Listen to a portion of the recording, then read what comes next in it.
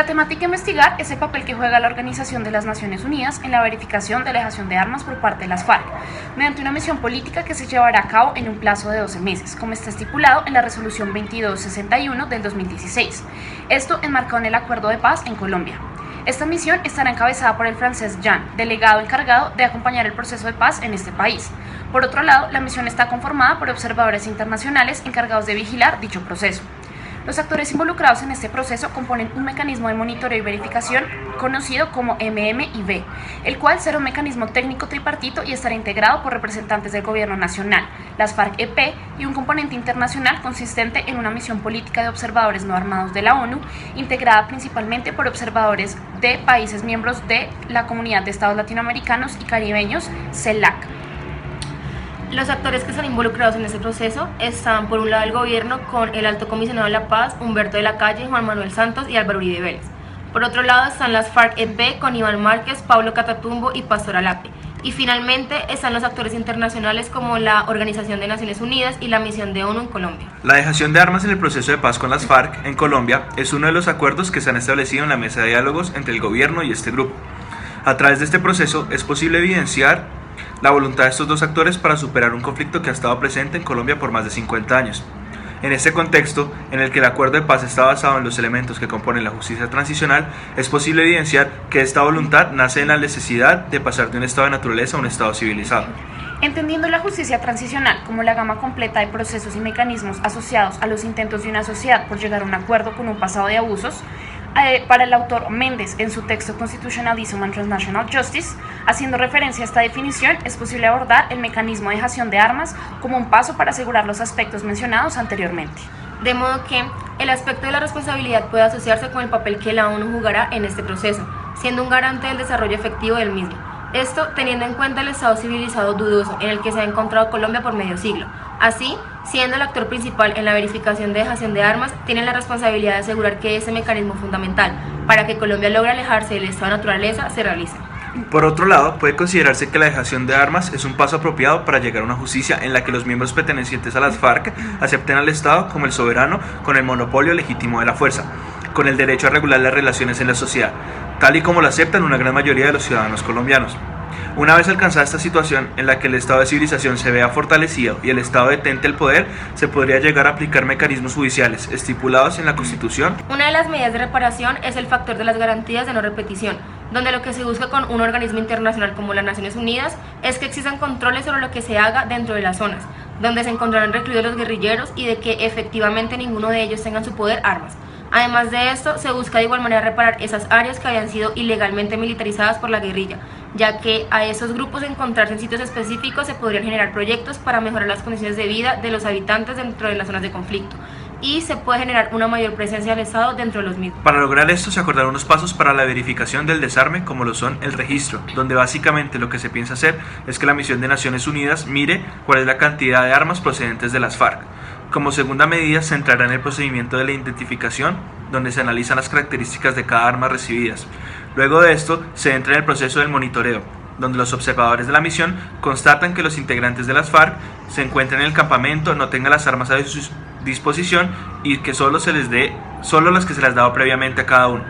A partir de aquí se inicia con todo el proceso de recolección y almacenamiento de armamento, con un control previamente de inventario para así evitar irregularidades que puedan afectar el proceso. Finalmente se procede a la construcción de 3 monumentos, uno en Naciones Unidas, otro en la República de Cuba y otro en el territorio colombiano. Tras los resultados del plebiscito que se llevó a cabo el domingo 2 de octubre, en el que el no ganó con un 50,2% de los votos frente a un 49,7%, el escenario a analizar es el papel que la Organización de las Naciones Unidas tomará en el contexto tras el resultado negativo. Dentro de este nuevo contexto, los actores a analizar son la Organización de las Naciones Unidas, el presidente de la República Juan Manuel Santos, principal gestor de las negociaciones y el acuerdo de paz, las FARC como la contraparte del acuerdo, la delegación de negociación que acompañó al presidente Santos en el proceso, Álvaro Uribe, expresidente de la República, principal actor promotor del no, Centro Democrático, partido político que junto con Uribe promovieron el no, y los grupos de presión. El 2 de octubre del 2016 se llevó a cabo en Colombia un plebiscito para que los colombianos expresaran sobre el acuerdo final de paz. La pregunta fue: ¿apoya usted el acuerdo final para la terminación del conflicto y la construcción de una paz estable y duradera? A lo que una mayoría muy pequeña de los votantes respondió no. Los resultados a nivel nacional fueron los siguientes: En Cundinamarca, del total de votantes, el no ganó por aproximadamente 100.000 votos, mientras que en Amazonas ganó el sí por una diferencia de 1.500 votos. En Antioquia, el no superó al sí con alrededor de 400.500 votos. En Atlántico, por el contrario, ganó el sí con 90.000 votos, más que el no. En el Chocó, el sí superó con una diferencia de más o menos 56.000 votos, mientras que en el Cesar, el no superó por unos 3.000 votos. Una primera característica del escenario postplebiscito es la constancia de la disposición de llegar a un acuerdo por parte de todos los actores mencionados anteriormente. Esto se ve evidenciado en el cese del fuego bilateral establecido entre el gobierno y las FARC, aún después de los resultados del plebiscito. El lunes 3 de octubre, las FARC publican un comunicado en el que afirman que el cese a fuego será mantenido según lo acordado con el gobierno. Además de esto, expresaron su deseo por la construcción de una paz con dignidad, pese a los deseos contrarios de ciertos movimientos. Por otro lado, el presidente Juan Manuel Santos anunció el pasado 4 de octubre que el cese al fuego con las FARC se mantendría hasta el 31 de este mes, esperando avanzar con los acuerdos, por lo que el cese está sujeto a una prolongación según el resultado. Así, desde el momento en que se determinó el resultado, el gobierno colombiano se ha movido en pro de dialogar con la oposición para lograr acuerdos que permitan que éste tenga un futuro, por lo que el presidente de la República organizó reuniones con los expresidentes Álvaro Uribe y Andrés Pastrana para dialogar sobre los acuerdos. Aparte de esto, el pasado 5 de octubre, miles de personas en diferentes ciudades del país salieron a las calles a manifestar sus deseos por la paz, a demostrar el apoyo de la población para la terminación del conflicto y exigir ese derecho que va más allá de las diferencias políticas que puedan existir entre las élites colombianas. Esta iniciativa provino de estudiantes universitarios quienes entienden que el futuro del país está en sus manos, pero que si no se pronuncian ahora será un futuro incierto y no deseado. Marcharon por las víctimas que nunca han tenido voz, por las muertes, por el dolor, por el sufrimiento y porque creen en la posibilidad de un país mejor para todos. De acuerdo al contexto que se generó tras el resultado del plebiscito y teniendo en cuenta el papel que iba a jugar las Naciones Unidas en la dejación de armas antes de que ganara el no el pasado 2 de octubre, las obligaciones que ahora tendría la misión de las Naciones Unidas en Colombia sería el de afianzar el cese al fuego mediante un protocolo, el cual tendría como objetivo prevenir cualquier incidente en las zonas que se había acordado para el preagrupamiento de las FARC. Logrando esto, asegurar un clima de seguridad y tranquilidad dentro de la población que se encuentra en estas zonas, y a su vez en las zonas donde más conflicto se ha llevado a cabo durante tantos años. Por lo tanto, el mecanismo tripartito de monitoreo y verificación en la participación del gobierno y de las FARC, con un acompañamiento de la misión de las Naciones Unidas, estaría a cargo de monitorear y verificar el cumplimiento de este protocolo, en particular todo lo relacionado con el cese al fuego bilateral. Por lo tanto, es importante recalcar que el Consejo de Seguridad debe aceptar que este protocolo entre las FARC y el gobierno es un gran paso para seguir consolidando lo que se quiere, que es el fin del conflicto entre estos dos actores. Además, se brindarían grandes beneficios a las poblaciones que han sido afectadas por el conflicto y se solidificarían las relaciones que por el momento están un poco tensas tras el resultado del plebiscito del no. También es importante aclarar que con la misión de la ONU en territorio colombiano también se podría ir verificando las nuevas zonas donde se concentrarían los guerrilleros y se podría hacer un monitoreo más de cerca también al aspecto de las actividades ilícitas como el narcotráfico que también entran dentro del protocolo firmado, logrando esto un ambiente de seguridad en todas las zonas de influencia. Desde el lunes 7 de noviembre se activaron los mecanismos de monitoreo y verificación del cese al fuego entre los actores del conflicto. Tras las modificaciones realizadas a causa de que ganarán no en el plebiscito, las Naciones Unidas se limitarán a verificar el cese al fuego, dado que la verificación de dejación de armas solo podrá llevarse a cabo una vez el nuevo acuerdo de paz entre en vigencia. Durante el proceso de renegociación y construcción del nuevo acuerdo, 152 observadores de la ONU, junto con 300 hombres de la guerrilla y la fuerza pública, trabajarán en la primera etapa del proceso tras el triunfo del no. En esta primera etapa se compone de visitas a los lugares de preagrupamiento, en los que se trabaja el cese bilateral del fuego. Eso con el objetivo de evitar todo tipo de confrontaciones durante el periodo en el que no estaba definido lo que sucedería con el acuerdo. Lo estipulado para esta primera fase fue, por un lado, una distancia mínima a la que el gobierno podría sobrevolar las zonas de preagrupamiento y que permitiría un reencuentro de los guerrilleros con sus familias. Por otro lado, las tropas preagrupadas tenían el compromiso de entregar la ubicación exacta de las tropas y a salir como civiles, sin armas en caso de que se decidiera salir de las zonas asignadas.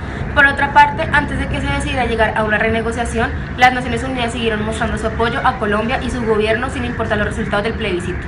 El alto comisionado de la ONU para los refugiados, Filippo Grandi, declaró que confiaba en que los dirigentes del país no decaerían y que el proceso de paz ha sido un acercamiento exitoso a un posible fin del conflicto. De igual manera, destacó los importantes avances en materia de refugiados. Tras la reunión de La Habana para estudiar el camino a seguir en base a los resultados del plebiscito, el gobierno de Colombia y las FARC declararon que reiteran su compromiso para mantener el cese al fuego bilateral y el monitoreo y verificación del mecanismo tripartito, que junto a la misión de las Naciones Unidas en el país servirán de garantes respecto al cumplimiento de las reglas que rigen el cese al fuego.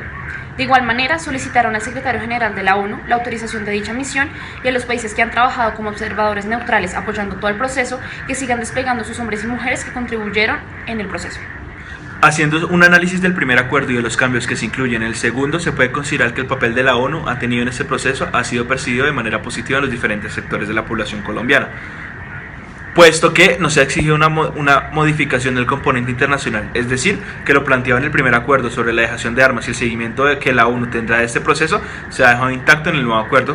Esto respalda el papel neutral que la organización ha jugado a lo largo del proceso de paz. Teniendo en cuenta que el papel que la ONU juega en este proceso es el de verificar tanto el cese al fuego como la dejación de armas, desde el resultado del anterior plebiscito la organización solo ha podido llevar a cabo la primera tarea.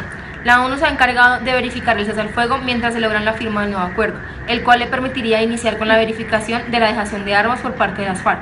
Asimismo, la organización se encuentra trabajando conjuntamente con el gobierno del presidente Santos y con las FARC con la formulación del nuevo acuerdo, incluyendo las mejoras que pedían los defensores del no.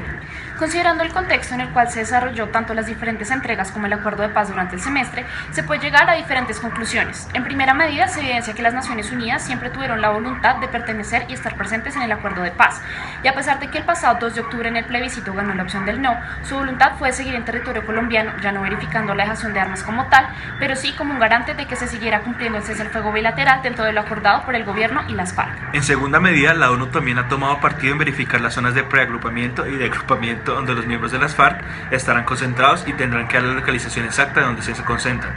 Según el nuevo acuerdo, los miembros tendrán la facultad de poder visitar a sus familias. Sin embargo, no se hace una especificación de si las familias tendrán que ir a visitarlos a las zonas de agrupamiento o ellos se podrán desplazar libremente hasta donde sus familias. Además, a través del análisis de coyuntura que hemos desarrollado, hemos podido evidenciar que no existe ningún actor dentro de Colombia que esté en desacuerdo con la presencia y colaboración de la misión de Naciones Unidas dentro del territorio colombiano.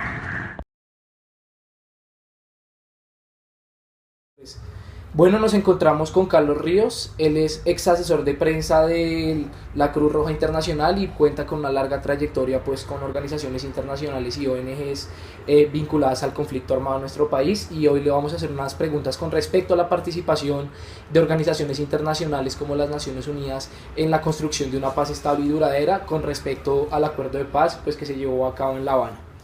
Bueno, don Carlos, la primera pregunta es, de acuerdo a su experiencia con organizaciones internacionales, ¿puede decirnos cuál es la percepción de las poblaciones víctimas de la violencia y el desplazamiento con respecto a las acciones de las organizaciones internacionales en el conflicto armado? Bueno, las organizaciones internacionales han estado por décadas en Colombia adelantando diferentes tipos de actividades de orden humanitario, de tratar de proteger los derechos humanos en una sociedad tan vulnerada por la violencia.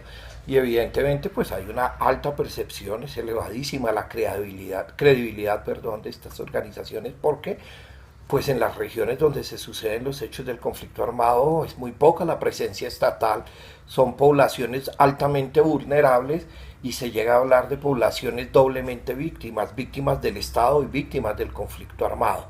Entonces es evidente que cuando llegan organizaciones a trabajar por ellos, a aportar, a evaluar la situación que están viviendo, pues hay una alta recepción, y especialmente lo que yo más destacaría es la alta credibilidad que tienen esos organismos. Bueno, muchas gracias. Segunda pregunta, ¿qué puede destacar a rasgos generales del acuerdo para la terminación del conflicto en términos de la reparación a víctimas? Bueno, yo creo, a mi modo de ver, la reparación de víctimas es algo simbólico. Yo creo que una víctima es una víctima y, como dicen, el daño ya está hecho. Ahora, creo que hay que recurrir a la generosidad de las víctimas para que ellos entren en unos procesos de aceptación, de perdón, y aquí curiosamente pareciera que sale más reparado el victimario que la víctima, porque si uno mira en un equilibrio lo que están recibiendo los victimarios y lo que están recibiendo las víctimas, evidentemente que ahí también hay una gran diferencia. Yo creo que yo no creo en la reparación, yo creo que los daños se hacen si miramos las víctimas de Los diputados del Valle pues fueron 9 asesinados por las FARC, un sinnúmero infinito de familias afectadas que ese dolor lo llevarán para siempre. No obstante, estas familias en un acto, digamos, de amor, de comprensión, han aceptado perdonar. Eso no quiere decir que ese dolor se borre ni que esas heridas desaparezcan.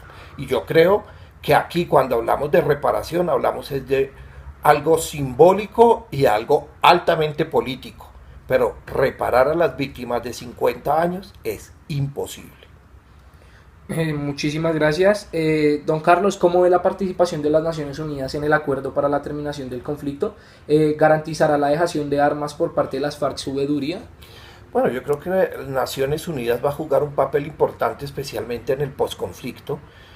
Una vez se concluya y se logre firmar este acuerdo tan embolatado, pues Naciones Unidas tiene un rol importante, pero especialmente yo creo que Naciones Unidas lo que hace es como extender un poco la credibilidad a lo largo y ancho del país. Por eso mismo que hablábamos hace un momento sobre la credibilidad de estas organizaciones. Y efectivamente eso va a ser útil y eso va a servir porque cuando hay veeduría pues se pueden entender mejor las situaciones y no hay duda que entre más organismos acompañen estos procesos, pues efectivamente el resultado va a ser mucho mejor y de cualquier manera esto tiene que acabar y de cualquier manera el conflicto tiene que terminar. Entonces todo el aporte que venga de estas organizaciones como Naciones Unidas creo que tiene bastante valor. Bueno, don Carlos, muchas gracias. ¿Cree usted que el proceso permitirá a los desplazados concentrados en las grandes ciudades volver a sus lugares de origen en el campo? Bueno, el retorno es un tema muy importante, ¿no? Hace algunos años el retorno era un drama porque cuando una población se desplazaba y retornaba, casi era seguro que volvía a ser víctima de los actores armados del conflicto. Ahora la situación cambia porque creo que se pueden tener unos retornos mejor estructurados, pero está el drama de las tierras, la posesión de las tierras, y ahí hay un tema en el que el gobierno va a tener que trabajar durante mucho tiempo revisando ese tema que por años ha estado estancado en Colombia, que es la reforma agraria. Un país donde la tierra está en manos de particulares en un grupo mínimo y que ahora, terminado el conflicto, regresan los campesinos. La tierra definitivamente es de los campesinos, hay que entregarla a ellos y volverlos modelos productivos.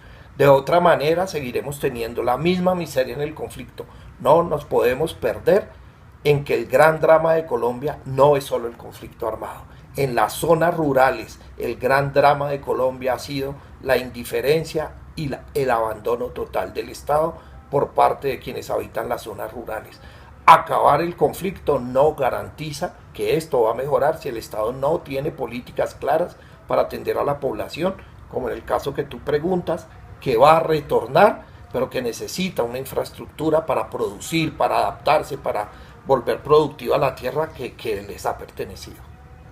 Muchas gracias, don Carlos. Y bueno, para terminar, un poco relacionado con el trabajo que usted realizó en la Cruz Roja, ¿qué papel pueden tomar las ONGs ligadas al conflicto armado, como la Cruz Roja Internacional, para contribuir a la construcción de la paz?